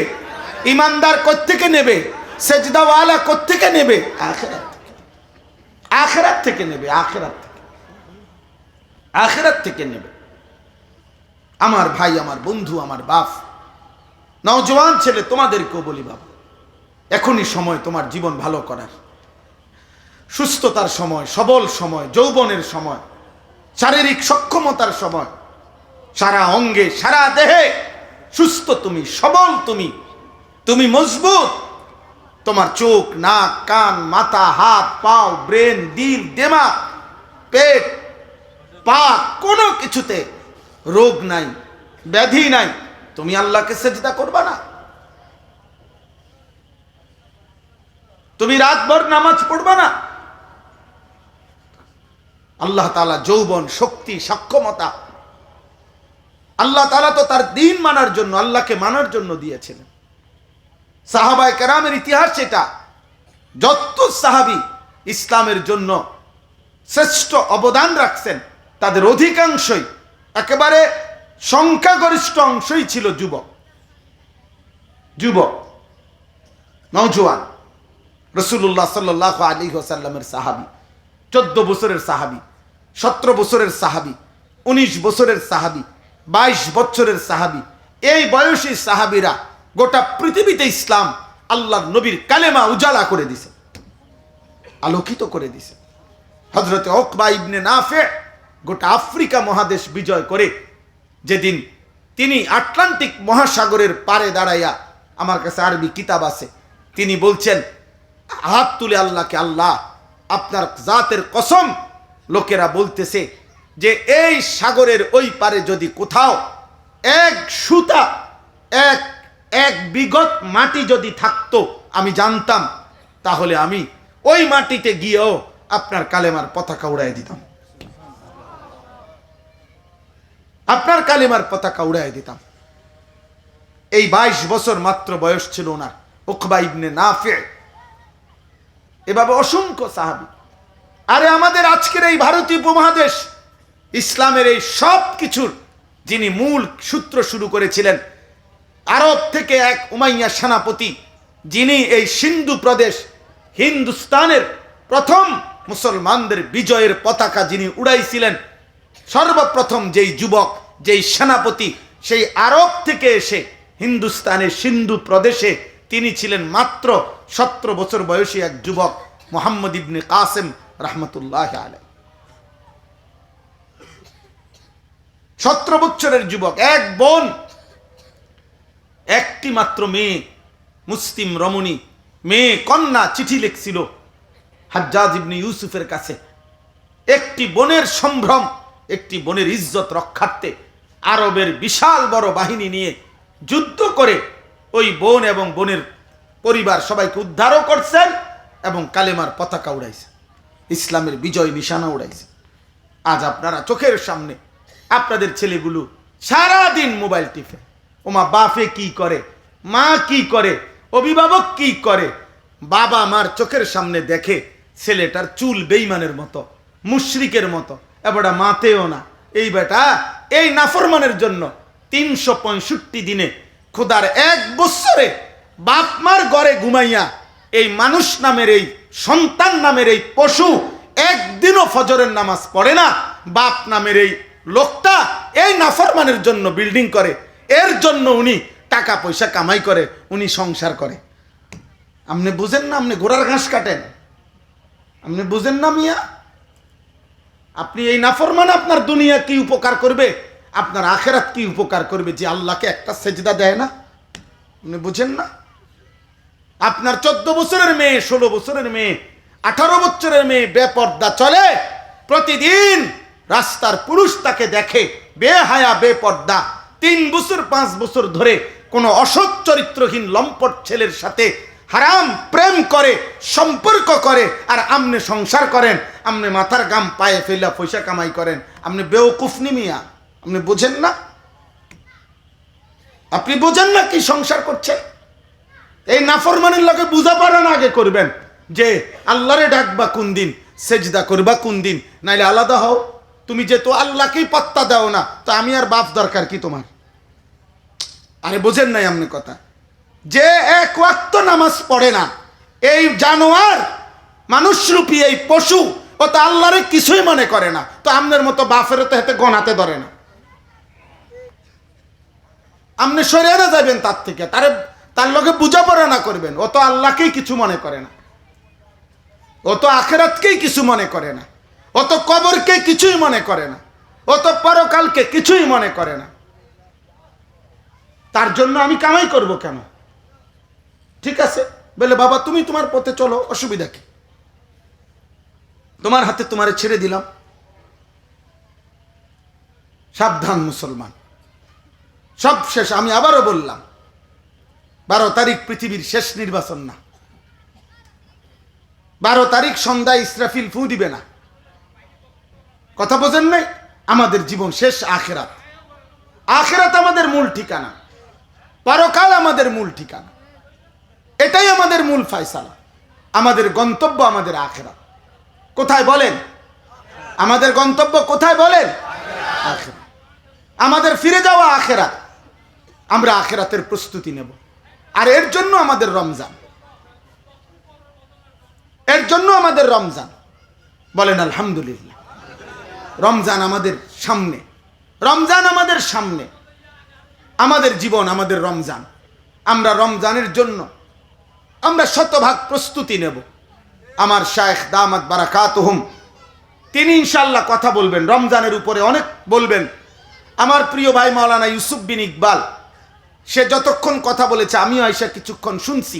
রমজানের উপরে, ইফতারের উপরে, সাহারির উপরে আপনাদের সামনে যারা প্রথম আসছিলেন তারা শুনছেন, অনেক সুন্দর জ্ঞান গর্ভ কথা বলেছিল। আপনাদের কাছে আমার কথা এটাই, মহান আল্লাহ পাক রব্বুল আলামিন মূল কথা এটা। রমজানের বিষয়ে আল্লাহ তাআলা বলছে, বান্দা শুরুটা আমি 10 দিন রহমত দিলাম, আল্লাহ বলছে মাগফিরাত দিলাম মাঝখানে, তৃতীয় দশক আমি আল্লাহ তাআলা নাজাত দিলাম, এরপরে আমি আল্লাহ রমজানের শেষ দশকে সবে কদর দিলাম, আমি আল্লাহ রমজানে কোরআনুল করিম নাজিল করলাম, আমি আল্লাহ তাআলা রমজানে কোটি কোটি বান্দাকে জাহান্নাম থেকে মুক্তি দেই, আমি আল্লাহ রমজানের প্রত্যেক সেকেন্ড স্বর্ণের দামে না, রূপার দামে না, মণিমুক্তার দামে না, বরং 7 আসমান ও জমিন 1000 বার বিক্রি করলে যেই মূল্য হবে তার চাইতে বেশি মূল্যে রমজানের এক এক সেকেন্ড আমি তোমাকে দান করলাম, আমি তোমাকে দিলাম বান্দা, তুমি নেও বান্দা, তোমার আখিরাত সাজাও, তোমার জান্নাত বানাও, আমি তোমাকে দেব বান্দা। লাআল্লাকুম তাত্তাকুন, আল্লাহ বলছে 11 মাস গুনাহ ছাড়তে পারো নাই, ঠিক আছে 1 মাস ঘুরে দাঁড়াও, 11 মাস আমার হুকুম পালন করতে পারো নাই, ঠিক আছে যা ভুল হয়েছে বান্দা সব ঝেড়ে মুছে তুমি 30 দিন আইয়ামাম মাদুদাত গুইনা গুইনা, আল্লাহ বলছে বেশি কম হবে না, 30 অথবা 29 দিন আমি আল্লাহ বললাম, এই 30 দিন বা 29 দিন তুমি বান্দা আমার কথাটা মেনে চলবা, 31 দিন লাগবে না, 32 দিন লাগবে না, আমি আল্লাহ তোমাকে আমি বললাম গোনা 30 দিন অথবা 29 দিন সেজদা দিবা, তুমি রোজা রাখবা, গুনাহ ছেড়ে দিবা, একটা মিথ্যাও বলবা না, কোনো অবৈধ উপার্জন করবা না, স্ত্রীকে বেপর্দা বাজারে ছেড়ে দিবা না, ছেলে মেয়েগুলোকে বেনামাজি রাইখো না, হারাম উপার্জন করো না, সুদ কিস্তি থেকে হেফাজত করো, চোখ নারী থেকে হেফাজত করো, অশ্লীলতার ছবি দেখো না, উলঙ্গ দৃশ্য দেখো না, নাটক সিনেমা দেখো না, আমি আল্লাহকে ডাকো, সেজদা করো, তেলাওয়াত করো, ইফতারের আগে দোয়া করো, রাত গভীরে সাহারির টাইমে 2-4 রাকাত তাহাজ্জুদ পড়ে চোখের এক ফোঁটা পানি ফেলে আমার কাছে কাঁদো, সবে কদর আসলে সবে কদরের বেজর রাত্রিগুলোতে রাত্রি জেগে জাগো, মসজিদে এতেকাফ করার চেষ্টা করো, দান সাদাকা করো, ইফতার সাহারিতে দোয়া কান্নাকাটি করো, এমনে এমনে 30টা দিন গুইনা যদি আমার হুকুমের উপরে চলো, আমি আল্লাহ 30 দিনের দিন আমি আল্লাহ নতুন করে ঈদের চাঁদ তুলব, তোমারে মুত্তাকি বানাইয়া জান্নাতে উঠায় দেব। লাআল্লাকুম তাত্তাকুন, মুত্তাকি বানায় দেব 1 মাসেই 30 দিনেই। তাইলে আল্লাহ তাআলা মূলত আমি এই শুরুর কথাতে আবার শেষ করে দেব এখনই, মানে মূল কথা এটা, আল্লাহ আমাদেরকে জান্নাত দিতে চায়।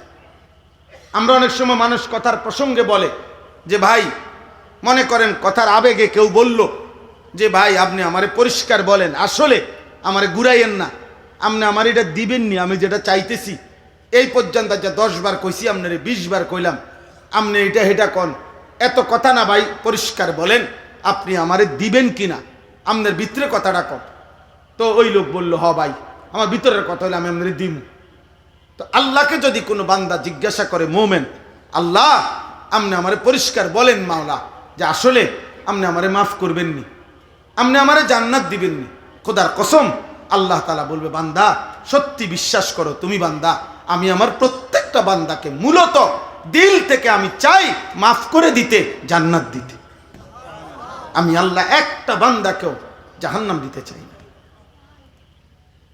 আমি জাহান্নাম দিতে চাই না, আমি মাফ করতে মূলত চাই, আমি চাই মূলত মাফ করতে, আমার চাওয়া মূলত মাফ করা, এটা হলো মূল। এই জন্য আল্লাহ বলেন একবার শবে বরাত দিলাম, যাও মাফ নাও, শবে কদর দিলাম, মাফ নাও, রমজানের প্রত্যেকটা ঘন্টা মিনিট দিলাম, মাফ নাও, শুরুতে রহমত নাও, মাঝখানে মাগফিরাত নাও, শেষে নাজাত নাও, বৃহস্পতিবার দিবাগত রাত মানে জুমার রাত একদিন ইবাদত করে মাফ নাও, সোমবারের রোজা রাখো, মাফ নাও, বৃহস্পতিবারের রোজা রাখো, মাফ নাও, জিলহজ মাসে রোজা রাখো, মাফ নাও। আশুরাতে রোজা রাখো, মাফ নাও। আরাফাতের ময়দানে হজ্জের সফরে যাও, মাফ নাও। চারিদিকে কখনো দিন দিছি, কখনো রাত দিছি, কখনো সপ্তাহ দিছি, কখনো মাস দিছি, কখনো ঘন্টা মিনিট দিছি, কখনো স্থান দিয়েছি। যেমনে পারছি আমি আল্লাহ চাইছি কোনো না কোনোভাবে তোমারে মাফ করতে, জান্নাত দিতে। তবুও তুমি কদর যদি না করো বান্দা, আমি কি করতাম? আমি কি করব? এজন্য কোরআন শরীফে একটা সূরা আছে, সূরা মুরসালাত, 29 পারায়। ওই সূরার মধ্যে আছে আল্লাহ তাআলা 10 বার একটা সূরাতে বলছে একটা কথা, ওয়াইলুন ইয়াউমা ইদিল লিল মুকাদ্দিবিন, সমস্ত মিথ্যাবাদী নাফরমান পাপীদের জন্য জাহান্নাম। এই কথাইটা আল্লাহ একই সূরাতে 10 বার বলছে। 10 বার, 10 বার বলার পর আল্লাহ তাআলা বলছে শেষ কথা, ফাবি আইয়ি হাদিসিম বাদাহু ইউমিনুন।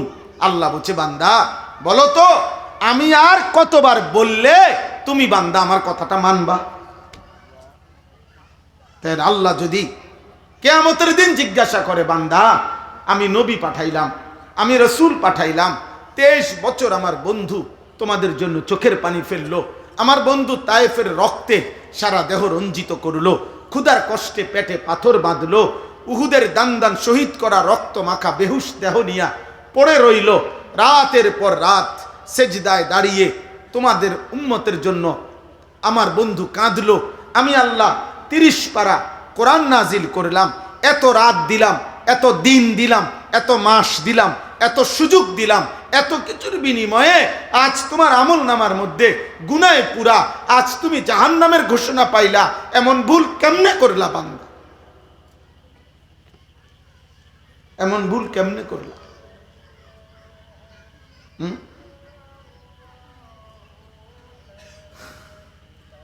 আমি একবার এয়ারপোর্টে, আরো আগে দিল্লি গেছিলাম, ইন্ডিয়া, তখন আমি চিনি না। তখন আমি, যিনি আমাকে রিসিভ করবে উনি এয়ারপোর্টের অনেক বাহিরে থাকবে। তো আমি জিজ্ঞাসা করছি যে আমি চিনমুনি বাইরিয়া বিমান থেকে নাইমা।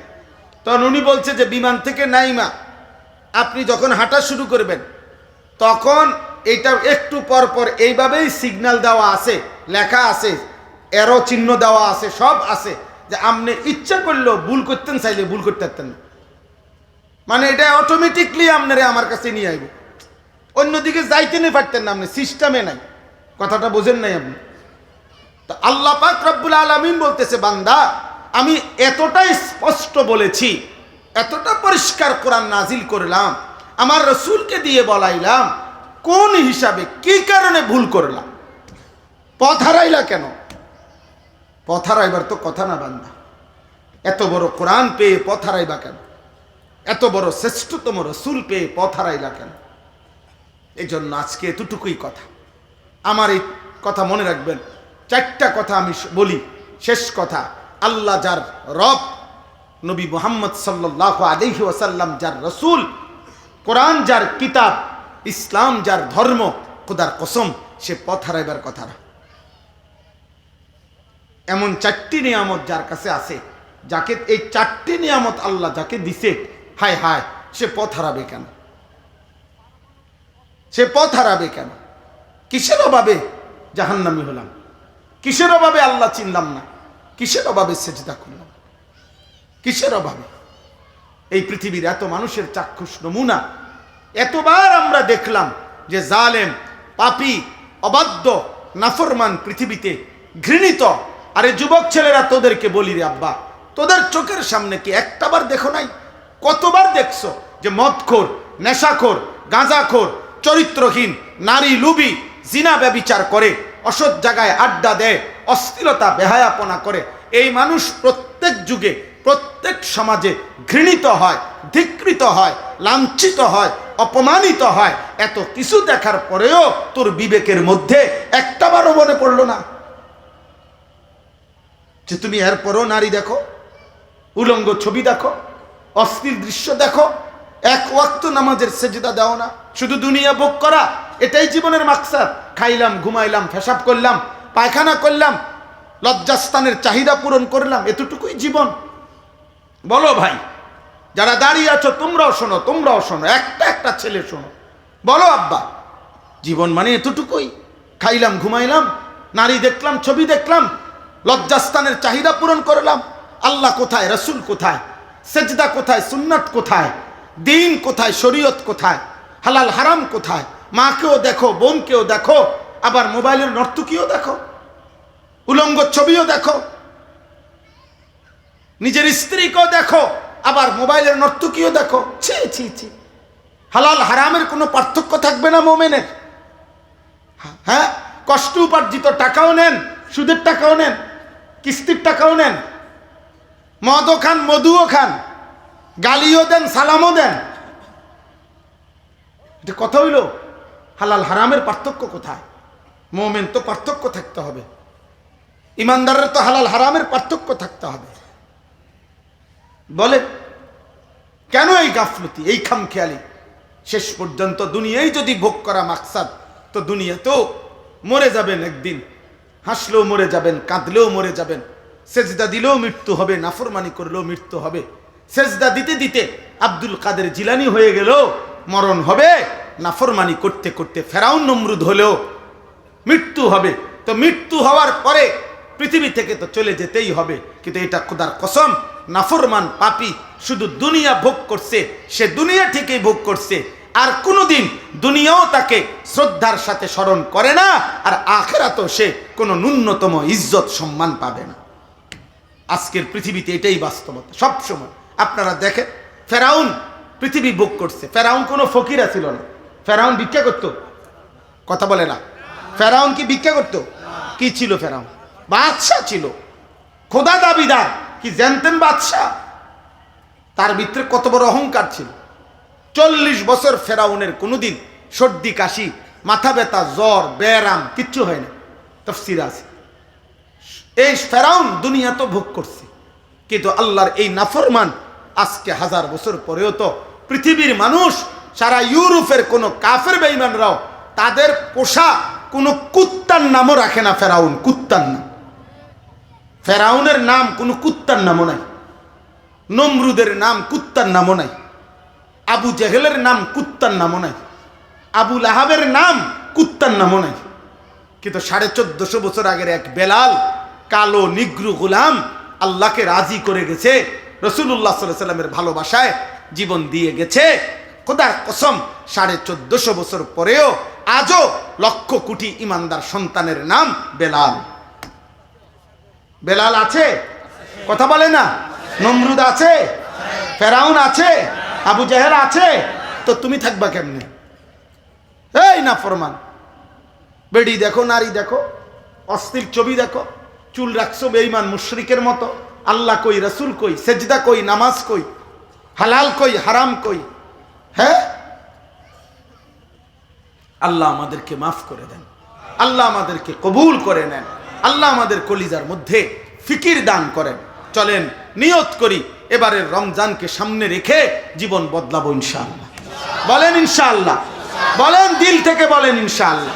যুবক ভাই, প্রত্যেকে তোমার পিছনের জীবন ছাড়ো আব্বা, পৃথিবী তোমারে মনে রাখবে না রে বাপ, আল্লাহও চিনবে না রে আব্বা। কিয়ামতের দিন আল্লাহ বলবেন, ফাজুকু বিমা নাসিতুম লিকা ইয়াউমিকুম হাদা ইন্না নাসিনাকুম। আল্লাহ বলবে বান্দা, নাফরমান বান্দাকে, কোরআনের আয়াত, আল্লাহ হাসরের দিন বলবে বান্দা, সেদিন দুনিয়ায় থাকতে আজকের আখিরাতকে তুমি ভুলে গিয়েছিলে, আজ আখিরাতে আমি আল্লাহ তোমাকে ভুলে গেলাম। কোরআনুল কারীমে আল্লাহ বলেছেন, কাযালিকা আতাতকা আয়াতুনা ফানাসিতাহা ফাকাযালিকাল ইয়াউমা তুনসা। কিয়ামতের দিন আল্লাহ বলবে বান্দা, দুনিয়াতে আমার বিধান, আমার কোরআন, আমার হুকুম আহকাম আমি আল্লাহ তোমার কাছে বারবার পৌঁছাইছিলাম, তুমি সেদিন আমার কথা দুনিয়াতে ভুলে গিয়েছিলে, আজ আখিরাতে আমি আল্লাহ আমার পক্ষ থেকে তোমাকে ভুলে গেলাম। যাও, তোমার অন্য কোনো আব্বা থাকলে তোমার বাপরে ডাইকে আনো, আজকে তোমারে বাঁচাই দেখে। তোমার বাবারে আনো, তোমার নেতা, তোমার কর্মী, তোমার দল, তোমার ক্ষমতা, তোমার বিল্ডিং, তোমার জিফুত, তোমার বংশ, তোমার ক্ষমতা আনো। সম্ভব? আল্লাহর মোকাবেলায় সম্ভব? আল্লাহ আমাদেরকে নিজেদের জীবন সুন্দর করার তৌফিক দান করেন। এই তালিমুল ইসলাম মাদ্রাসা আল্লাহ তাআলা কবুল করেন। আমাদের প্রিয় ভাই ফারুক ভাই, ফারুক ভাইয়ের বারবার পেরেশানিতে আমরাও আসি। আলহামদুলিল্লাহ আস্তে আস্তে এখন আপনাদের অনেকের সাথে আমাদের পরিচয় আছে। আল্লাহ তাআলা সকলকে ভালো রাখেন, কবুল করেন, ঈমান ইসলামের উপরে রাখেন। প্রতিটা কিশোর, যুবক, নওজোয়ান আব্বা সুস্থ সবল বয়সে, তুমি যৌবন, তোমার বেশি বোঝা উচিত বুড়া মানুষের চাইতে, কারণ তুমি সবল, তুমি সুস্থ। অতএব তুমি তোমার হায়াতের কদর করো, নিজের কদর করো, চরিত্রহীন হইও না, নষ্ট হইও না, নারী ছবি অস্থির দৃশ্য দেখো না, কাফের মুশরিকের মতো চুল, চেহারা, লিবাস, পোশাক, আচরণ বানায়ও না আব্বা। আল্লাহকে ভালোবাসো, নবী সাল্লাল্লাহু আলাইহি সাল্লামকে অনুসরণের মাধ্যমে, সুন্নাত পালনের মাধ্যমে ভালোবাসো। আল্লাহ তৌফিক দেন। আলহামদুলিল্লাহ মাদ্রাসা প্রায় 600-র মতো ছাত্র ছাত্রী এই মাদ্রাসায় পড়ালেখা করছে। আজকে এসে দেখলাম মসজিদের কাজ শুরু হয়েছে। আল্লাহ তাআলা এলাকার সমস্ত মানুষের দিল মাদ্রাসার সাথে মদিনার আনসারদের মতো বানায় দেন। আপনাদের যাদের সন্তান এখানে পড়ে, আল্লাহ তাআলা প্রতিটা ছেলে মেয়েকে মুত্তাকি, আরেফ, রব্বানি, আল্লাহ ভীরু, আখিরাতের ফিকিরওয়ালা বানায় দেন। আরো বাচ্চাদেরকে আল্লাহ দ্বীন শিখার তৌফিক দেন। মাদ্রাসার तमाम জরুরত আল্লাহ পূরণ করে দেন ইনশাআল্লাহ। আজকেও 15 জন বাচ্চা পাগড়ি নেবে। আমার শায়েখ আরিফ বিল্লাহ হাকিমুন নফস আল্লামা মুফতি মুশতাকুন নবী কাসিমি শায়েখ ইনশাআল্লাহ পাগড়ি দেবেন। দোয়া করবেন, আমার জন্য দোয়া করবেন, আমিও আপনাদের জন্য দোয়া করি। রমজানকে সামনে রেখে আমাদের জীবন যেন পরিবর্তন হয়, আল্লাহ আমাদেরকে তৌফিক দান করেন। আমিন। সুবহানাল্লাহি ওয়া বিহামদিহি।